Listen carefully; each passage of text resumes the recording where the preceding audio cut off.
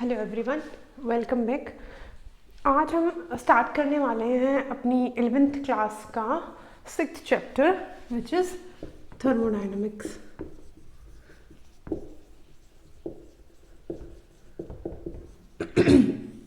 देखो, ये चैप्टर काफ़ी हार्ड माना जाता है, थोड़ा सा समझने में इसमें प्रॉब्लम आती है, तो इसको एकदम बेसिक से एकदम स्लोली एकदम अच्छे से हम लेके चलते हैं कि क्या है थर्मोडायनेमिक्स, क्या क्या आपको पढ़ना है, कैसे कैसे देखना है। तो इसको वन बाय स्टेप स्लोली थोड़ा लेके चलेंगे, ठीक है। तो सबसे पहले देखते हैं इसके नाम से ही कि थर्मोडायनेमिक्स में आपको पढ़ना क्या है। देखो, थर्मो मतलब हीट, और ये आपका डायनेमिक्स मतलब it must be in motion, ठीक है। हीट जब भी मोशन में होगी तो उसकी कुछ स्टडी की जाएगी, उसी को हम थर्मोडायनेमिक्स में स्टडी करेंगे कि अगर हीट अगर मोशन के अंदर है तो उस स्टडी को हम थर्मोडायनेमिक्स बोलते हैं, ठीक है। तो ये तो थी बस बोलने वाली बात कि ये काम होता बहुत ज़्यादा कुछ है, ठीक है। तो उसके बाद हम देखते हैं कि जो थर्मोडायनेमिक्स हम पढ़ने वाले हैं, ठीक है, उसमें हमें कौन कौन सी टर्म्स हम यूज़ करेंगे, ठीक है, उनको कैसे बताएंगे। तो इन द वेरी बिगनिंग हम देखते हैं कि हम कौन कौन सी टर्म्स यूज़ करने वाले हैं अपने इसमें, ठीक। तो वेरी फर्स्ट थर्मोडायनेमिक्स में हम यूज़ करते हैं सिस्टम, कि एक सिस्टम क्या होता है, ठीक। जब भी हम कुछ पढ़ते हैं, हम ये सब जो सीख रहे हैं, एक कोई ऑब्जेक्ट या कोई रिएक्शन हम लेते हैं which is under the observation. तो थर्मोडायनेमिक्स के अंदर जो चीज़ ऑब्जर्वेशन के अंडर होती है उसको हम सिस्टम बोलते हैं, ठीक है। The part of universe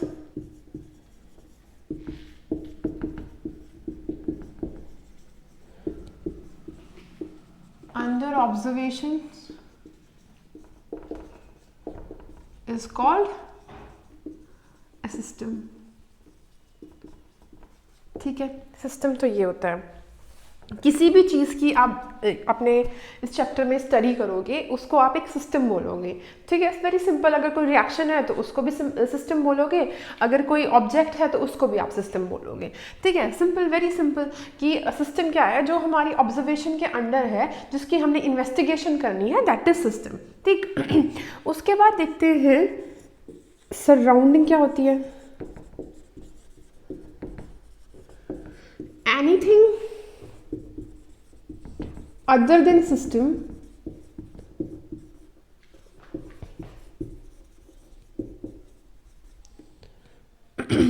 is surrounding। देखो, सिस्टम के अलावा जो भी कुछ प्रेजेंट है यूनिवर्स में, ठीक है, जैसे कि अगर मैं बोलूँ ये ग्लास ऑफ वाटर ना अंडर ऑब्जर्वेशन है, तो ये ग्लास ऑफ वाटर तो हो गया सिस्टम, बाकी इसके आसपास सब कुछ you me anything that is surrounding, ठीक है। तो जो सिस्टम प्लस सराउंडिंग, ये दोनों मिलके क्या बनाते हैं, कंप्लीट यूनिवर्स। देखो, थर्मोडायनेमिक्स के अंदर या तो कोई चीज़ ऑब्जर्वेशन के अंदर है, ठीक है, या फिर सराउंडिंग है, उसके अलावा और कुछ नहीं है, ठीक है। या तो वो चीज़ ऑब्जर्वेशन के अंडर है, उसकी हम इन्वेस्टिगेशन कर रहे हैं, या वो सराउंडिंग है, और ये दोनों मिलके क्या बना रहे हैं, यूनिवर्स, ठीक है। इतना क्लियर, बहुत सिंपल सी बात थी यहाँ तक। कुछ था ही नहीं इनफैक्ट कि अब उसके बाद देखते हैं कि ये जो सिस्टम और जो सराउंडिंग है, ठीक है, इनको एक बाउंड्री अलग करती है, ठीक है। जैसे कि हमने ये ग्लास ऑफ वाटर लिया तो इसकी एक बाउंड्री है, ठीक है। अब इसकी बाउंड्री के बारे में थोड़ा देखते हैं कि एक सिस्टम की किस किस टाइप की बाउंड्रीज हो सकती हैं। तो ये जो हमारा ग्लास ऑफ वाटर है,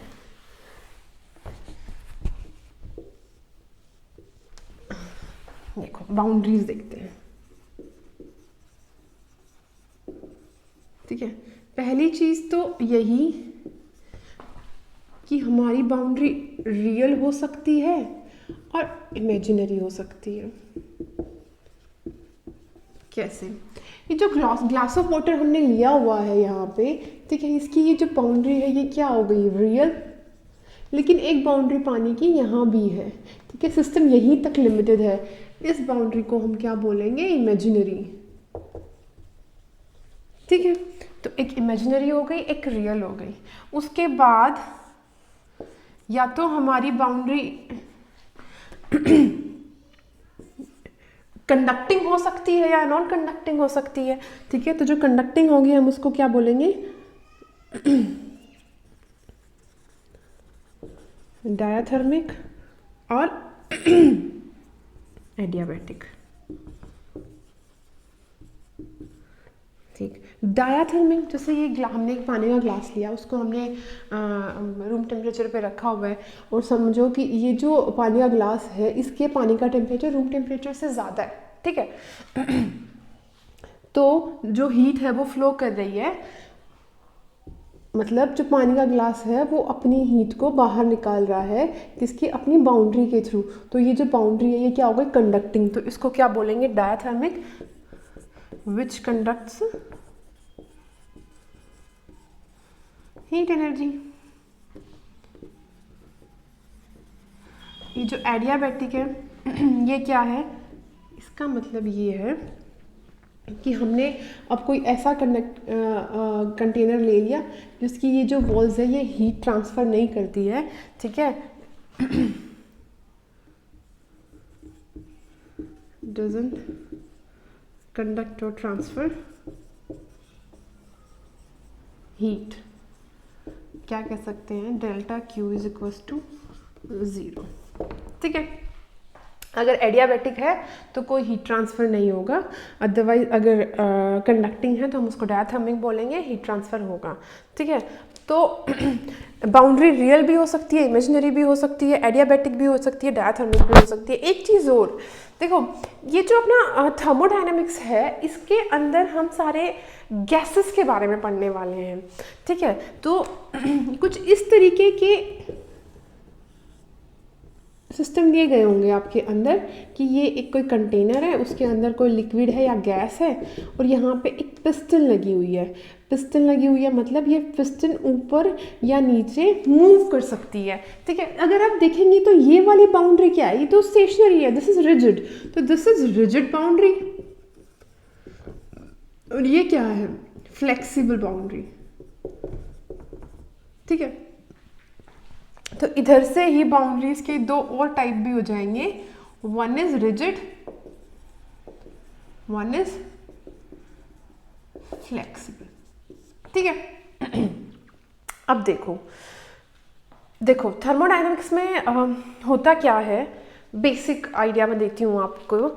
आपने एक पानी का ग्लास लिया, सपोज आपके पास ये है, ठीक है, इसका टेम्परेचर मैं मान लेती हूँ 50 डिग्री सेल्सियस है, ठीक है, और रूम टेम्परेचर मैं मान लेती हूँ कि 25 डिग्री सेल्सियस है, ठीक। अब अगर ये रूम टेम्परेचर पे रखा हुआ है और इसकी वॉल्स जो है वो डायाथर्मिक है, that they are conducting electricity, sorry heat, ठीक है। तो विद टाइम ये जो हीट है ये ट्रांसफ़र करती रहेगी, ठीक है, और ये हीट बाहर निकलती रहेगी।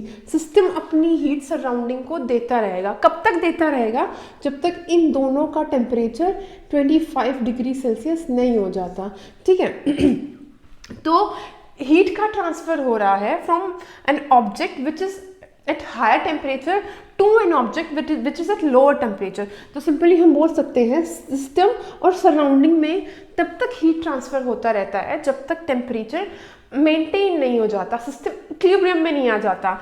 यहाँ का और यहाँ का टेम्परेचर जब तक इक्विलिब्रियम में नहीं आएगा हीट ट्रांसफ़र होती रहेगी, ठीक है। नो ऐसे होता है। या फिर आपने इसे रिवर्स लिया है कि आपने एक बहुत ठंडा पानी का ग्लास लिया है, जैसे कि सपोज ये पानी का ग्लास है एकदम, आप सपोज इसका टेम्परेचर है 10 डिग्री सेल्सियस, बाहर का है 25 डिग्री सेल्सियस, ठीक है। अब इसमें हीट जब तक ट्रांसफ़र होती रहेगी जब तक दोनों का टेम्परेचर 25 डिग्री नहीं आ जाता, ठीक है।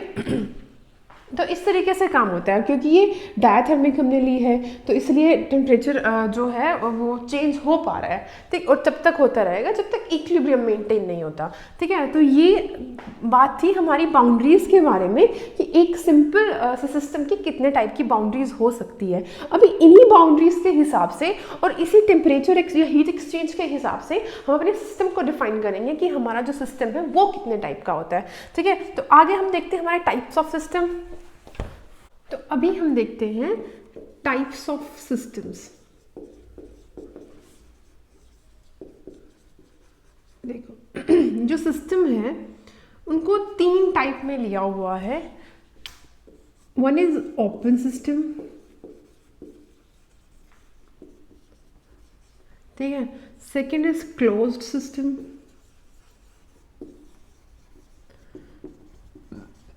और third is isolated.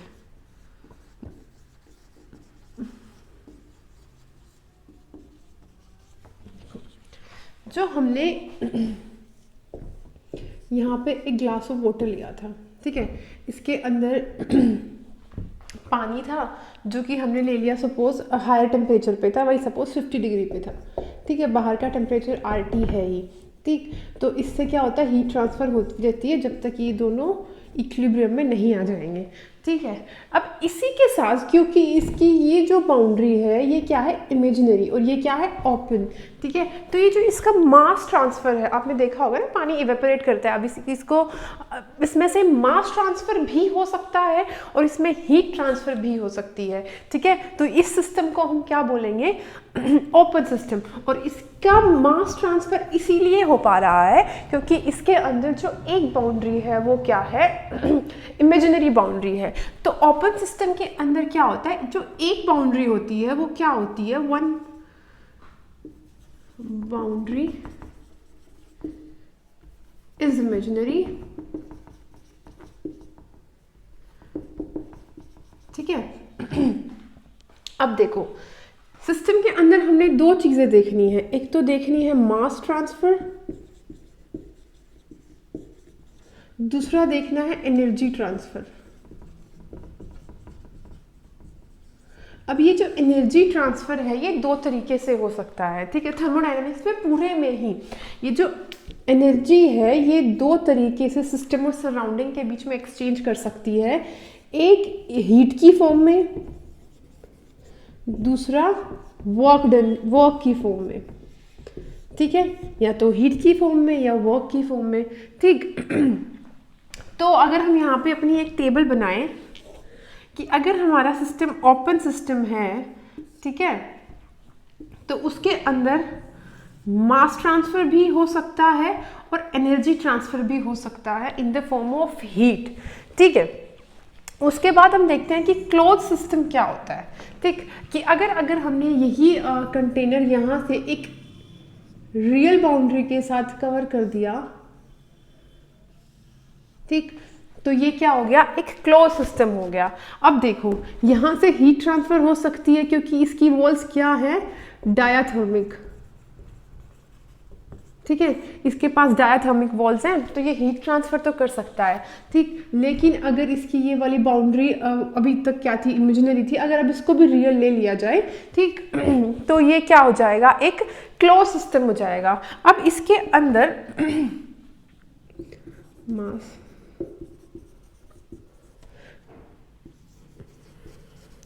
Mass transfer close के अंदर हो सकता है, नहीं हो सकता, लेकिन हीट ट्रांसफर हो रहा है क्योंकि जो हमारी वॉल्स है वो डायाथर्मिक है, ठीक है।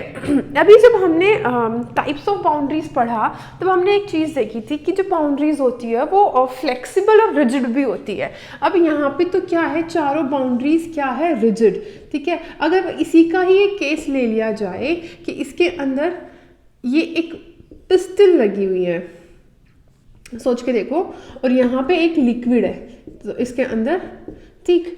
अब अगर यहाँ पे पिस्टन लगी हुई है और ये आपका सिस्टम है, तो अब आप इसको कौन सा सिस्टम बोलोगे, ओपन बोलोगे, क्लोज्ड बोलोगे या आइसोलेटेड बोलोगे, ठीक है। आइसोलेटेड तो देखो क्योंकि ये जो वॉल्स ली है ये हमने डायाथर्मिक ली है और क्योंकि ये यहाँ से कवर्ड है तो ये ओपन सिस्टम भी नहीं है और ये आइसोलेटेड सिस्टम भी नहीं है, ठीक है, डायथर्मिक वॉल है, तो ये कैसा सिस्टम है, क्लोज्ड। अभी इसमें मास ट्रांसफर तो कुछ नहीं हो रहा है, ठीक है क्या हो रहा है, सिर्फ हीट ट्रांसफर हो रही है, ठीक, तो ये सिस्टम क्या होगा, ऑब्वियसली एक क्लोज सिस्टम हुआ, ठीक। अब इसी जगह पे अगर हम इस वॉल्स को डायाथर्मिक ना लेके एडियाबैटिक वॉल्स ले लें, तब इस सिस्टम को हम क्या बोलेंगे, क्या ये सिस्टम आइसोलेटेड हो जाएगा। चलो पहले एक बार ना अपने आइसोलेटेड की डेफिनेशन और कंप्लीट कर लेते हैं, फिर उसके बाद इस सिस्टम को देखते हैं कि इसमें क्या होगा, आपका सिस्टम आइसोलेटेड होगा या क्लोज्ड होगा, ठीक है। अब आइसोलेटेड सिस्टम क्या होता है, आइसोलेटेड सिस्टम कुछ इस तरीके का होता है कि आपने एक सिस्टम ले लिया, उसकी ये जो वॉल्स है ये एडियाबैटिक वॉल्स ले ली, ठीक है, आपने एडियाबैटिक वॉल्स ली और इस बाउंड्री को क्या किया, रियल बाउंड्री बना के ये सिस्टम लिया, इससे ना ना इससे आइसोलेटेड ना मास ट्रांसफ़र हो सकता है ना ही एनर्जी ट्रांसफ़र हो सकती है, ठीक है। तो यहाँ पे देखो ओपन सिस्टम के अंदर दोनों चीज़ें ट्रांसफ़र हो सकती है, क्लोज सिस्टम के अंदर मास transfer is not possible while energy transfer is possible, ठीक है। और उसी के साथ अगर हम आइसोलेटेड सिस्टम की बात करें तो उसके अंदर मास का ट्रांसफ़र भी नहीं पॉसिबल है, एनर्जी का ट्रांसफ़र भी नहीं पॉसिबल है। आपने जितने भी अपने थर्मोस्टेट बॉटल्स हैं, हम उनको इसका एग्जाम्पल ले सकते हैं, कोई भी थर्मोस्टेट वाला सिस्टम है ना, उसको हम इस एग्जाम्पल में ले सकते हैं, ठीक है। अब अगर ये सिस्टम हमने लिया कि इसके ऊपर यहाँ पे पिस्टन लगी हुई है, ये पिस्टन लगी हुई है यहाँ पे, इसकी वॉल्स है एडियाबैटिक, अब हम सोचते हैं कि ये जो सिस्टम है ये आइसोलेटेड सिस्टम होगा या क्लोज सिस्टम होगा। देखो इधर मैंने आपको बोला था कि जो एनर्जी है वो दो तरीके से ट्रांसफ़र हो सकती है, या तो हीट की फॉर्म में या वर्क की फॉर्म में, ठीक है। अगर इसकी वॉल्स एडियाबैटिक है और यहाँ अंदर हीट बढ़ेगी, ठीक है, तो ये हीट इस पिस्टन को थोड़ा ऊपर मूव करेगी, ठीक है, और उस वजह से पिस्टन ऊपर जाएगा, थोड़ा एक्सपेंड होगा, ठीक है, सिस्टम वर्क करेगा सराउंडिंग के ऊपर, ठीक है। तो जो एनर्जी ट्रांसफ़र होगी वो in the form of work होगी, ठीक है, लेकिन एनर्जी ट्रांसफ़र तो हो रही है, मास ट्रांसफ़र नहीं हो रहा, एनर्जी ट्रांसफ़र हो रही है, ठीक है। तो चाहे वॉल्स एडियाबैटिक हो या डायाथर्मिक हो, अगर पिस्टन लगी हुई है तो सिस्टम हमारा क्लोज सिस्टम होगा, ठीक है। और ये मैं इसलिए बता रही हूँ क्योंकि जो हमने स्टडी करनी है वो गैसियस सिस्टम की करनी है, इसी तरीके के सिस्टम हमने देखने हैं, ठीक है। तो ये था हमारे सिस्टम्स के बारे में कि हमारे सिस्टम कितने टाइप के होते हैं और किस किस तरीके से हम इनको कैटेगराइज करते हैं, और थोड़ा बाउंड्रीज़ का फंडा भी क्लियर हुआ कि बाउंड्रीज़ कैसी कैसी होती है और किस किस तरीके से यूज़ की जाती है, ठीक है। अब उसके बाद हम देखते हैं कि हमारे जो सिस्टम हमने लिया है उसके अंदर कौन कौन से प्रोसेस हो सकते हैं, ठीक।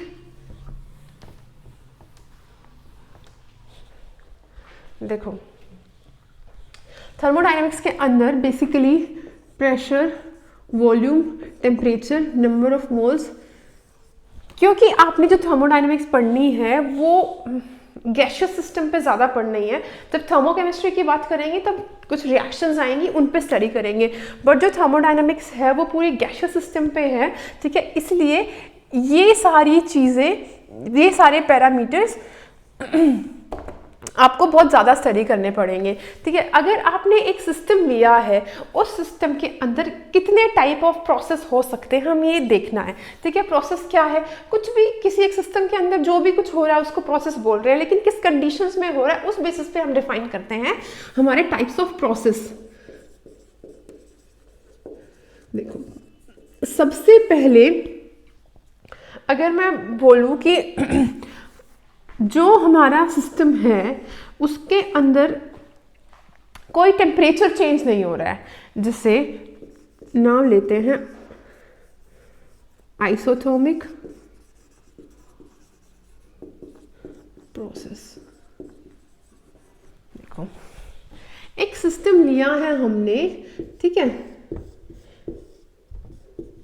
उसमें कुछ हुआ, लेकिन पहले और बाद में, प्रोसेस के होने से पहले और प्रोसेस के होने के बाद में जो टेम्परेचर T1 और टेम्परेचर T2 था, ये क्या है, सेम है।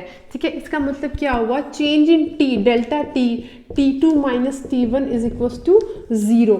ठीक है, आइसोथर्मिक प्रोसेस वो होते हैं जिनके अंदर चेंज इन टेम्परेचर इज 0, और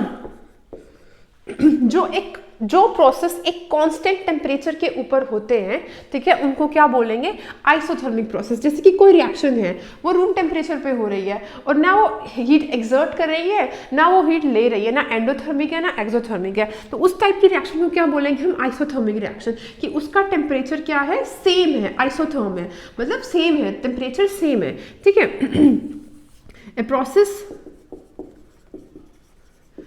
in which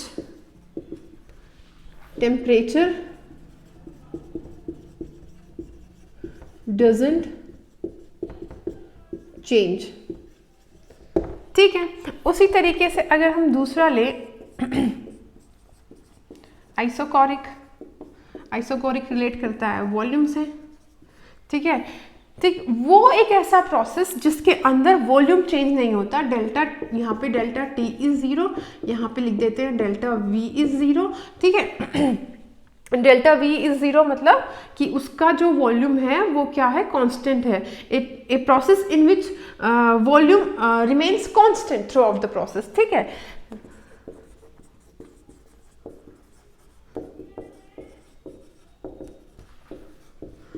volume of the system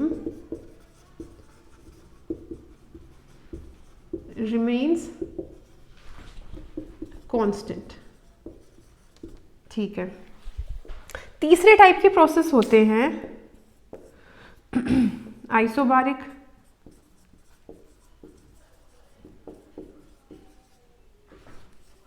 इसके अंदर क्या होगा, चेंज इन प्रेशर 0 होगा, एक ऐसा process in which pressure remains constant.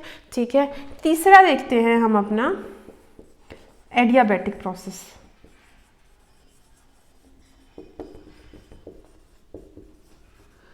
ये कौन से होते हैं, इन विच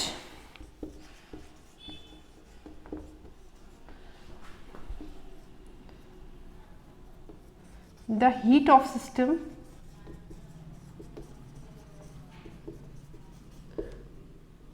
remains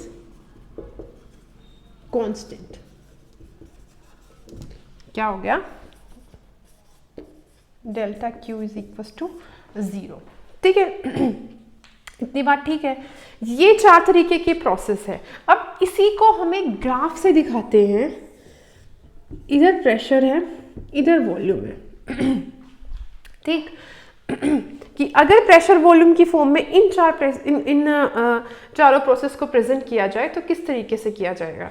ठीक, देखो, जो प्रोसेस आइसोबारिक है और आइसोकोरिक है, इसका मतलब क्या हुआ, P की वैल्यू चेंज नहीं होने वाली। जो प्रोसेस आइसोबारिक होगा उसका ग्राफ कुछ ऐसा होगा।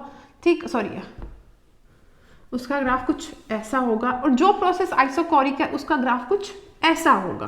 ठीक है, लीनियर एकदम। ठीक, इतना तो समझ में आ गया। ठीक, तो ये वाला क्या हो गया, आइसोबारिक, और ये वाला क्या हो गया, आइसोकोरिक।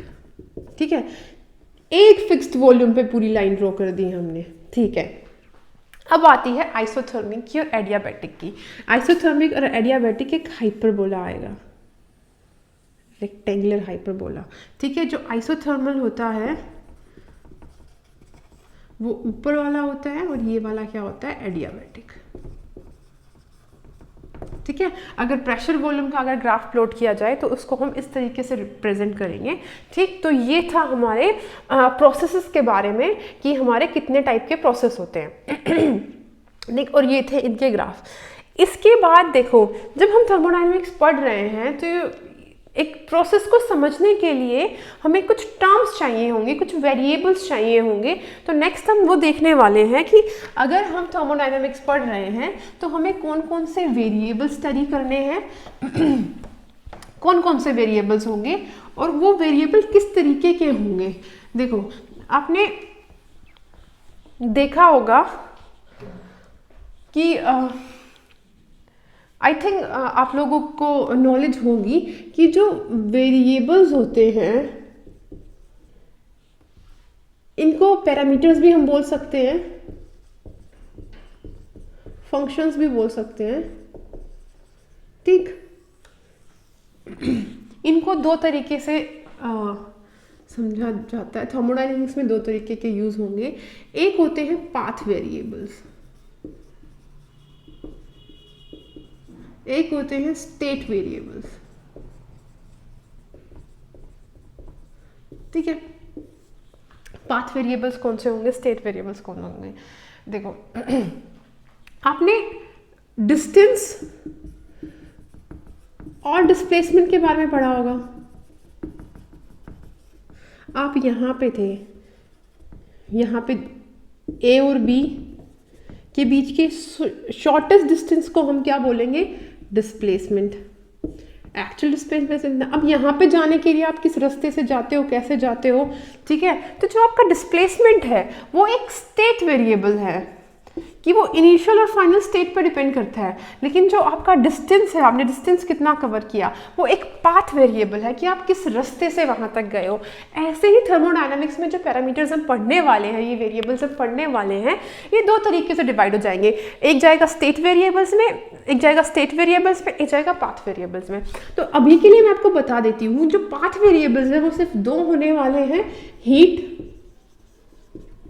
एंड वर्क, ठीक है। उसके अलावा आप जितनी भी चीज़ें पढ़ोगे यहाँ पे, वो सब की सब आपके स्टेट वेरिएबल्स में आएंगी, ठीक। क्या क्या आएंगी? प्रेशर, ठीक है, volume, temperature,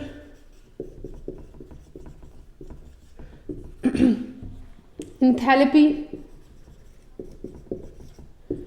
internal energy of the system, Gibbs free energy,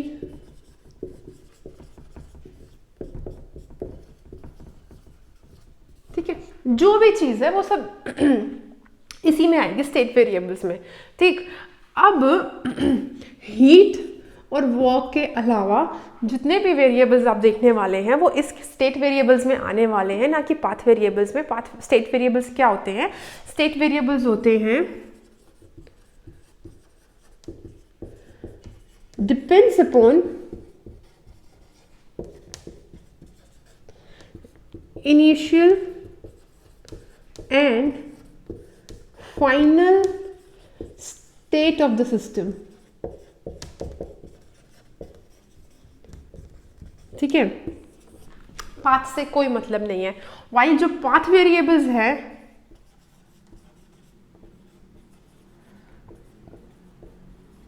are dependent on path, ठीक है। और थर्मोडायनेमिक्स में हीट और वर्क हमारे पाथ वेरिएबल्स है, ठीक। तो ये थे हमारे स्टेट एंड पाथ वेरिएबल्स, ठीक। अभी जितनी भी हम टर्म्स यहाँ पे यूज करने वाले हैं, ये जो वेरिएबल्स है, ये जो पैरामीटर्स हैं, ठीक है, इनको दो कैटेगरीज में डिवाइड किया गया है डिपेंडिंग अपॉन द देखो थर्मोडायनेमिक्स में ये एक सिस्टम है, इसके अंदर जनरली जब हम केमिस्ट्री पढ़ते हैं तब हम जो इसके अंदर मैटर प्रेजेंट है उसकी प्रॉपर्टीज़ को देखते हैं, जैसे कि इसके अंदर क्या है, किस तरीके से रिएक्ट करेगा, उसकी एटॉमिक प्रॉपर्टी, मॉलिक्यूलर प्रॉपर्टीज़, ठीक है। लेकिन थर्मोडायनेमिक्स में क्या होता है, ये मैटर की प्रॉपर्टी नहीं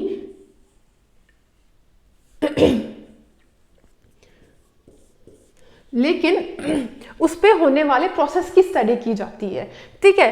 तो जब हम प्रोसेस की स्टडी करते हैं तो ये सारे वेरिएबल्स पढ़ने होते हैं हमें, ठीक है, ना कि जो यहाँ पे मैटर प्रेजेंट है उसकी एटॉमिक या मॉलिक्यूलर स्टडीज में नहीं घुसते हैं हम, उसके क्या करते हैं, इन सारे वेरिएबल्स की स्टडी करते हैं, ठीक है। और ये जो वेरिएबल्स हैं it's not in thermodynamics only, अभी मैं जो बताने वाली हूँ वो जहाँ पे भी वेरिएबल्स की बात हम करेंगे कि पैरामीटर्स जो है उनको हम दो कैटेगरीज में डिवाइड कर सकते हैं, ठीक है।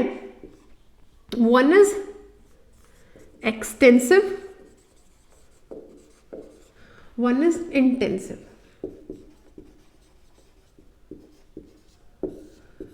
एक्सटेंसिव क्या होते हैं? Extensive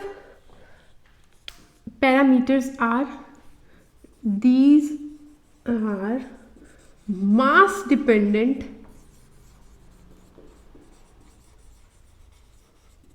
parameters. और जो इंटेंसिव है, these are mass independent parameters.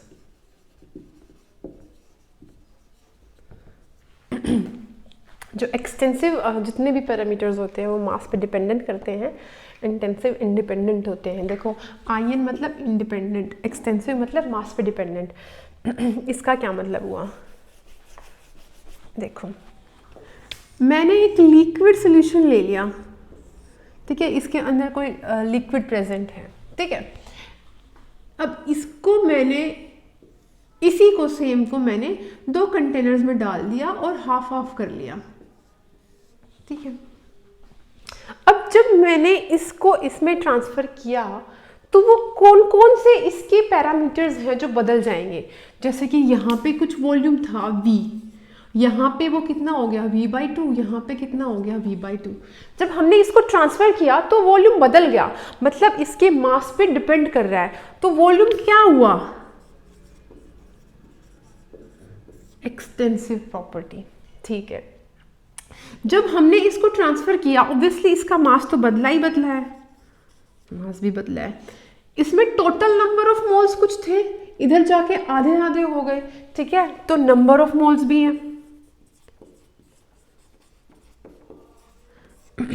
और अब क्या कुछ ऐसा है जो इस सिस्टम के अंदर नहीं बदला?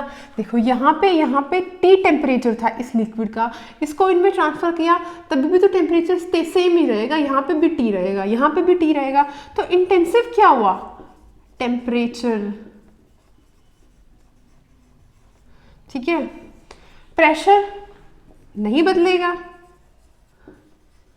तो आप किसी प्रॉपर्टी को वो इंटेंसिव है या एक्सटेंसिव है उसको इस तरीके से समझ सकते हो कि उसको डिवाइड करने से उसके अंदर जो मटेरियल प्रेजेंट है उसका कितना कौन कौन सी प्रॉपर्टीज बदल रही हैं। जो प्रॉपर्टीज बदल रही हैं दे आर एक्सटेंसिव, जो नहीं बदल रही है दे आर इंटेंसिव, ठीक है। और देखो ये जो लिक्विड थी इसकी कुछ डेंसिटी थी, इसको हमने आधा आधा कर दिया तो डेंसिटी भी चेंज नहीं होने वाली, तो डेंसिटी कैसी हो गई? इंटेंसिव, ठीक है। इसका कुछ रिफ्रैक्टिव इंडेक्स होगा, ठीक है, वो तो नहीं बदलेगा, वो तो इस लिक्विड की प्रॉपर्टी है, ठीक है, तो refractive index,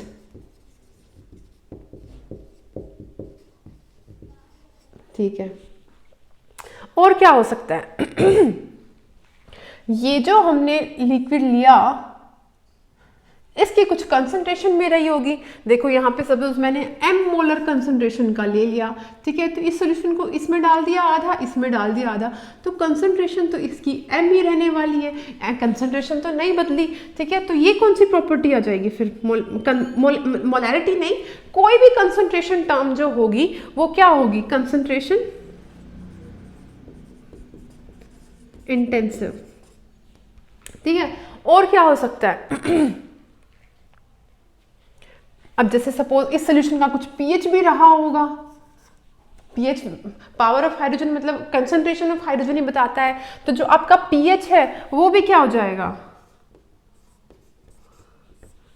intensive, independent of mass of solution, ठीक है। तो ऐसी कोई भी प्रॉपर्टी किसी भी सब्सटेंस की कि अगर उसमें से कुछ सब्सटेंस को थोड़ा निकाल लिया जाए और उस निकाले हुए सब्सटेंस को अगर हम देखें तो उसके अंदर वो प्रॉपर्टी बदली है या नहीं बदली है, उसको हम कहेंगे इंटेंसिव। अगर वो नहीं बदली है तो बोलेंगे इंटेंसिव, अगर वो बदली हुई है तो उसको बोलेंगे एक्सटेंसिव। अब देखो जितने भी ये हमारे स्टेट वेरिएबल्स हैं उसमें जो हमारी एंथैल्पी है, एंट्रोपी है, गिब्स फ्री एनर्जी है, ठीक है, और इंटरनल एनर्जी है, ठीक है, वो सारी हमारी एक्सटेंसिव में आएगी। हमारी हीट कैपेसिटी है,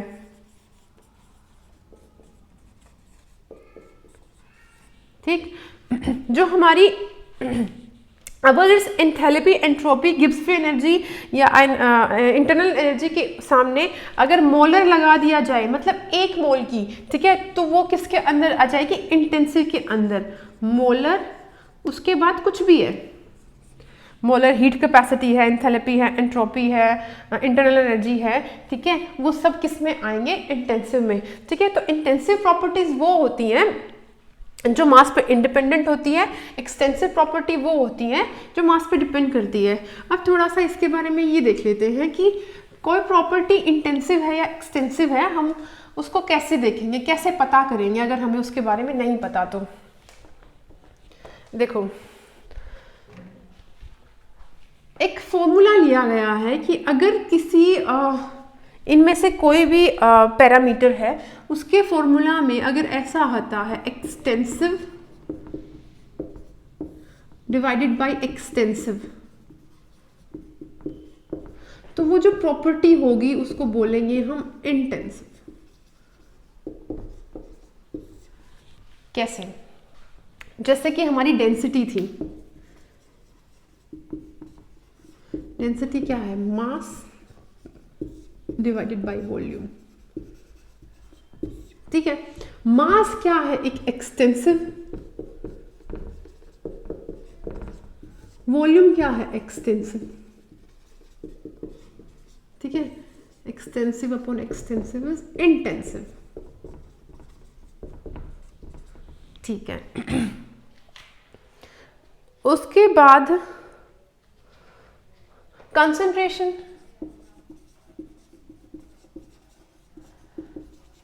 कंसंट्रेशन का क्या है, सपोज हम मोलैरिटी ले लेते हैं, moles present in a volume, mole क्या है, एक्सटेंसिव, ठीक है, और ये क्या है, extensive, extensive upon extensive is intensive, ठीक है। तो आप इस तरीके से किसी भी प्रॉपर्टी को बता सकते हो कि वो एक्सटेंसिव है या इंटेंसिव है, ठीक है। तो यहाँ तक था हमारी थर्मोडायनेमिक का बेसिक इंट्रोडक्शन कि जो हमारी थर्मोडायनेमिक्स में उसमें हम ये सारी टर्म्स पढ़नी है, ठीक है। तो इस लेक्चर में हमारे लिए अभी इतना ही है। आप इतना अच्छे से करो ताकि जब हम अपना नेक्स्ट लेक्चर में अपनी थर्मोडायनेमिक्स स्टार्ट करें तब आपको इतना सब कुछ आता हो, तो वो थोड़ा आसान आपको हेल्प करेगा आगे समझने में, ठीक है। तो तब के लिए आप अच्छे से पढ़ाई करो एंड थैंक यू।